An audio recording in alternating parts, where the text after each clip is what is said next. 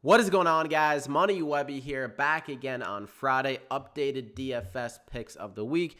Few guys at every position I think have great draws here this week. Got set up perfectly to really return a ton of value on their current salary. So before we get going into that, be sure to spam the like button. Goes a long way. Let's try to see if we can get over 150 likes on this one. If we can do that, thank you. Also want to thank you guys. We hit over 8,000 subscribers. So some major moves there. Thank you.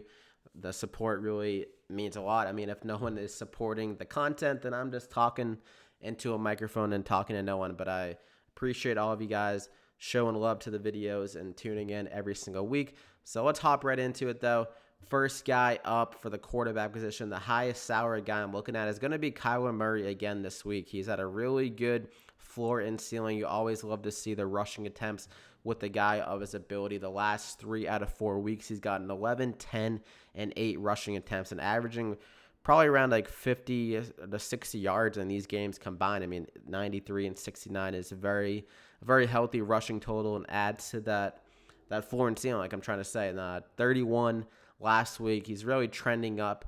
Some softer matchups, but he gets another soft matchup again here this week against the Giants. Again, they're implied to score 50.5 points combined. Both these teams, one of the higher over-unders on the slate.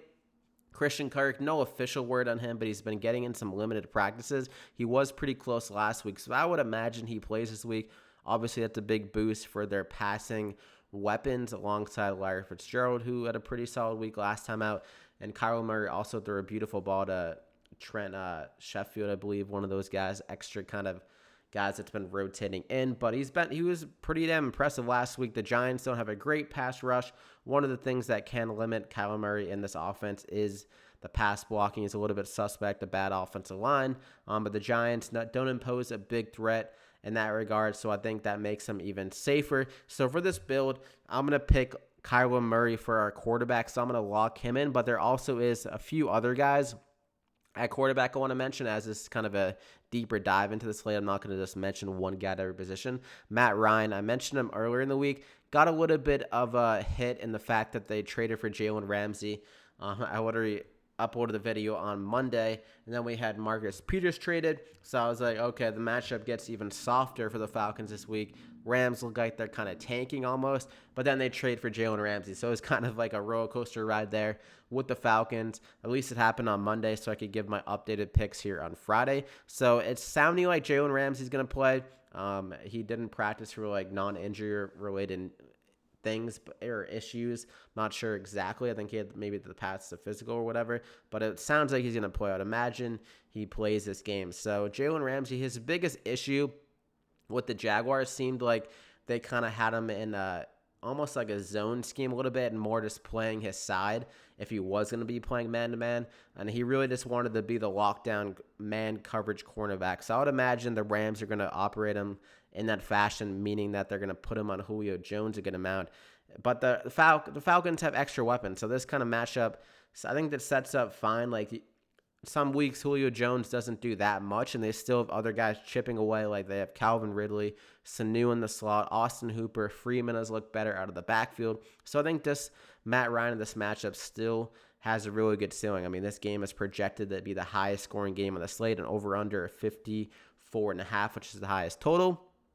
Both these teams play at a fast pace, especially the Rams. I believe they're second in team pace. The Falcons are 10th, so both top 10 in that fashion. And also these teams pass a lot, which can be very helpful just for the pace of the game. They can get more plays in as there's less kind of rushing attempts, and that can kind of churn the clock a little bit more. They can play a little bit more ball control in that area, but both these teams first and second in pass attempts, so a really good game flow here for passing and fantasy points. So I like Matt Ryan a lot. If you want to save a little bit of money at 6,300, maybe the trade of Jalen Ramsey lowers some ownership on a guy like Matt Ryan, but I like him a lot there. They're going to go with Jared Goff in that same game, coming off an absolute disaster last week, so I think we can get him at a lower ownership, probably more viable in GPP, as the offensive line is still a train wreck. So Jared Goff could put up a stinker, but the upside in this game is there. Falcons defense, one of the worst defenses in all of the NFL, allowing the second most fantasy points to quarterbacks, as we saw there on the draft screen. And I mean, his volume has been crazy good. It's just that San Fran set up as a really bad matchup on paper. San Fran, one of the best defensive fronts. The Rams currently one of the worst offensive lines, I would say, in pass blocking. So they really couldn't get anything going. Jared Goff sacked and stripped a few times, lost one fumble, only 2 DraftKings points. We saw this earlier in the year, though, where he really struggled. Some bounce-back performances, even though he hasn't looked good. I mean, like I said, the pass attempts are there, 49, 68, 38, 39. The pass attempts are there, and I mean, it's still an offense that has some weapons that can beat these guys on the outside on the Falcons secondary. And you got guys like Robert Woods, Cooper Kupp, Brandon Cooks. If you can just get an ounce of protection here, I think he'll be able to carve up the secondary. So another good GPP viable guy at 6,200, pretty cheap. But I think Kyler Murray is the safest of the 3 and still has that crazy upside with his rushing ability. So in this core, we're going to go with Kyler Murray. Now let's take a look at running back. The same thing goes here. I'm going to go with Leonard Fournette. Way too good of a play this week. Makes way too much sense. I'm not really thinking about ownership at all with him. Just going to plug him in. I think it's the workload has been there. One of the top running backs in all of the NFL of snap percentages, over 90% on the year. Cincinnati, one of the worst defenses against running backs, are actually the worst so far, allowing the most fantasy points per game, and also the second most receiving yards allowed to running backs so far. So that adds some upside to Leonard Fournette. And I think they're going to get the ball a ton here. Cincinnati's offense has been really struggling this year. So a lot of 3-and-outs there. They can't get anything going on the ground. So, like I said, a lot of opportunities for Fournette here over the last 3 games. We're looking at over 28 touches in every single game, 20 or on average actually, but 26 attempts this game, 27 and 31 in that game. So really good stuff for Fournette. I think he's going to have a monster game, and he's also due for some positive regression in the scoring category. I mean, only 1 touchdown with all that crazy workload so far. I think he's going to find himself in the end zone this week. So I'm going to lock him in there as our first running back. And for my second guy, we're going to go with Latavius Murray here, with Alvin Kamara likely out. He picked up another injury, so it makes a lot of sense for them to just hold him out and get him 100% healthy before it kind of re-aggravates itself again if they play him and even force a longer-term injury. So Latavius Murray, he's going to absorb a ton of these snaps. I mean, no other running back so far this year on the Saints has received a snap. So I think Latavius Murray could honestly see 80 to maybe even 90% of the snaps, as I'm not sure who they're going to trust beyond that. And I think he's looked pretty good this year in the opportunities he's gotten. With 11 touches last week, he had, 79 yards against a decent Jacksonville defensive front. They've been pretty solid against running backs outside of Christian McCaffrey. So impressive there. And also Chicago. The biggest thing here that really made me gravitate with Latavius Murray, I mean, typically you don't want to attack a Chicago defensive front, but they lost their best run defender in Akeem Hicks. So that's going to be a big loss. I think that's going to make them struggle a little bit here. And the Saints' offensive line is no joke. They can definitely open up some holes for Latavius Murray here. And we've seen how much they've relied on the running backs out of the backfield in the receiving game with Teddy Bridgewater at quarterback. So Latavius Murray could honestly see like 5 catches in this game, just being that workhorse back. So I think he's going to have a good day. So I'm going to go ahead and lock him in there as my second running back. And then Tevin Coleman is my final guy. I mentioned him in the first video, but Latavius Murray is a better value. So in this core, I'm going to go with Murray, but Tevin Coleman's still very much in play. 20 touches last week, and it draws a much better matchup here against the Redskins, a team that's been one of the worst in the league against running backs. Can definitely get a touchdown here. He's been the goal line running back, seeing the majority of the touches when he's played, as Jeff Wilson was the goal line back when he was out. But when Tevin Coleman came back in, Jeff Wilson was put to the side again. So I think he could have a very good game. Good amount of touches. They run the ball a ton. It's a positive game script. So I think everything lines up for another good Tevin Coleman week. But I think the value is just a little bit better. I want Latavius Murray. I mean, I think Tevin Coleman could easily outscore Latavius Murray, but in this core, I'm going to try to save a little bit of money so we can pay up at wide receiver. So originally, had Julio Jones as the wide receiver to go to this week, but that was before they got Jalen Ramsey. Now, like I said, with Jalen Ramsey, I think they're going to operate him as the lockdown cornerback against the wide receiver ones on teams. And also Julio Jones, a little bit banged up, has been limited in practice, so I don't think he's in that same realm of upside as I was mentioning earlier against a guy like Marcus Peters. If they use press man coverage with Jalen Ramsey, he can definitely hold his own against Julio Jones. I think that just kind of opens things up, as Matt Ryan probably won't look the way of Jalen Ramsey as much as he would have before without Jalen Ramsey. And now for my pivot, though, I'm going to go with Cooper Kupp. I commented on the video that I'm going to be pivoting from Julio to Cooper Kupp. You can pair him up with Jared Goff for a stack there if you want to do that. This guy's just been seeing a really healthy amount of targets this year. Before last week, where they couldn't block anyone, they couldn't get any time for any routes to develop, he had 17, 15, 12, 9, 10 targets, very consistent, had 4 straight weeks actually of over 20 DraftKings points. So this guy was as steady as it can be. He's been the red zone go-to guy. Like I said earlier with the quarterbacks, with Matt Ryan and Goff, a very high-scoring game here, a very good chance. Vegas is pretty accurate with their team totals and lines typically. So Cooper Kupp will be very involved again here. Gets a very favorable matchup against KZ in the slot here. And this guy was a safety before this year. For whatever reason, they put him in the slot. And he's really been struggling there in the slot compared to what he was doing at safety. So that can be a very big mismatch in the favor of Cooper Kupp. Has a second highest target share of 28% out of every wide receiver in the NFL, and sets up in a perfect game script for him, a high-scoring, very fast-paced game. So I'm going to go ahead and lock him in there as our first wide receiver. And for my second guy, I'm going to go with DJ Shark here at 6,000. Tweeted about him after the injury news with William Jackson and Dre Kirkpatrick. They're 2 top cornerbacks on the Bengals, both out this week. So that's a huge loss for the Bengals. Really opens things up for a guy like DJ Shark on the outside. He's been terrific this year. Honestly, was getting the better of Marshawn Lattimore in a few of his routes, but Minshew kind of missed him a few times. And I believe he also had a catch called back due to a penalty. So a little bit of misfortune there, but this matchup, very soft. Lattimore has been really good against wide receiver ones over the last few weeks, so I don't fault him there anyways. And we've seen the upside for this guy when he's getting going. 39 against Carolina, 17, 18, 27 the first 3 games. So very good stuff. And also the number 1 cornerback after those 2 guys are out is going to be B.W. Webb. He was a slot cornerback originally, but he's going to be moving outside, so that's going to be a little bit of a different look for him. Could definitely struggle a little bit more there. I mean, I remember him in the Giants when he was outside cornerback was getting burned left and right. So maybe he's just more of a natural slot cornerback.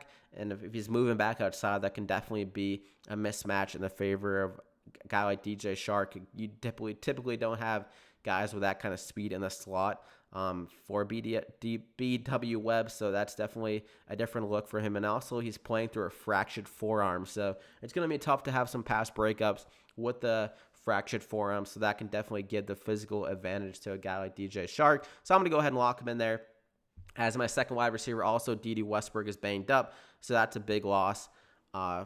If he does play, looks like he's going to play, but I would imagine he's going to be less than 100%. So those are the first 2 wide receivers. Also, T.Y. Hilton.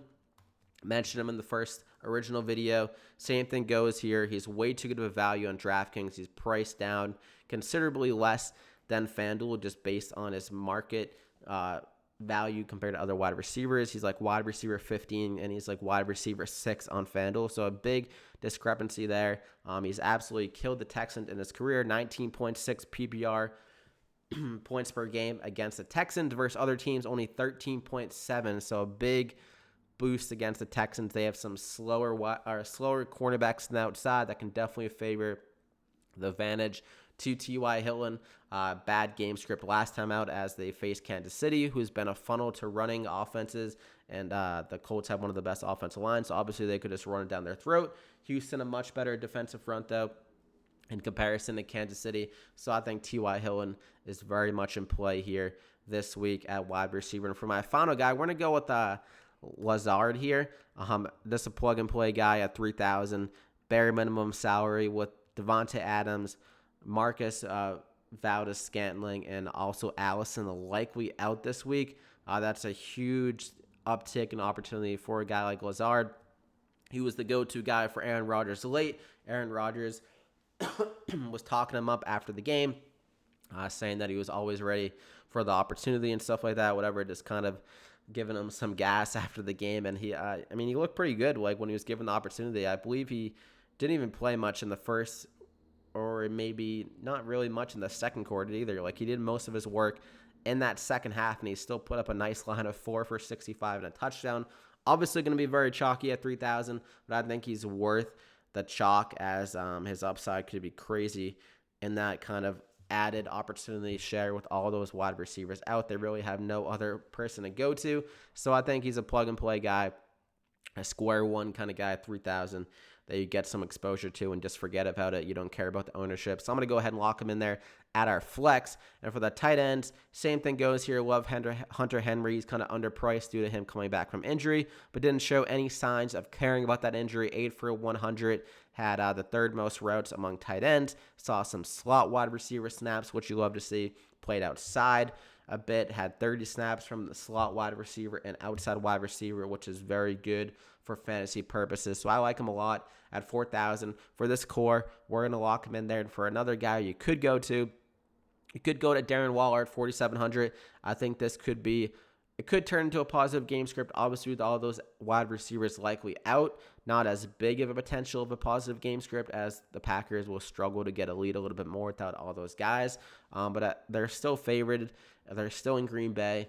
Derek Carr could struggle and get behind in this game, and they could beat themselves. So I think Darren Waller is in play, as if they do get down, he has really big upside. Last time they got down big in a game, he had 13 catches for 134 yards.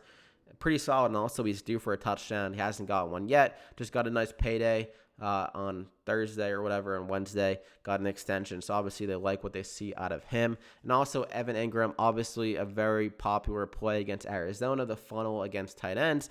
And Sterling Shepard likely out. I'm assuming Evan Ingram plays. Haven't got official word on it. But it seems like all signs are pointing to him playing. So if you want to pay up a little bit, he is definitely in play as my final tight end. So that is it, though, for the plays. A core lineup you can run out there if you want to use a few of these guys. I love them this week, so you should definitely check them out and see if you like them in your lineups as well. But that is it for the plays. Hope you enjoyed it. Drop a like in the video before you head out. Over 150 likes would be appreciated.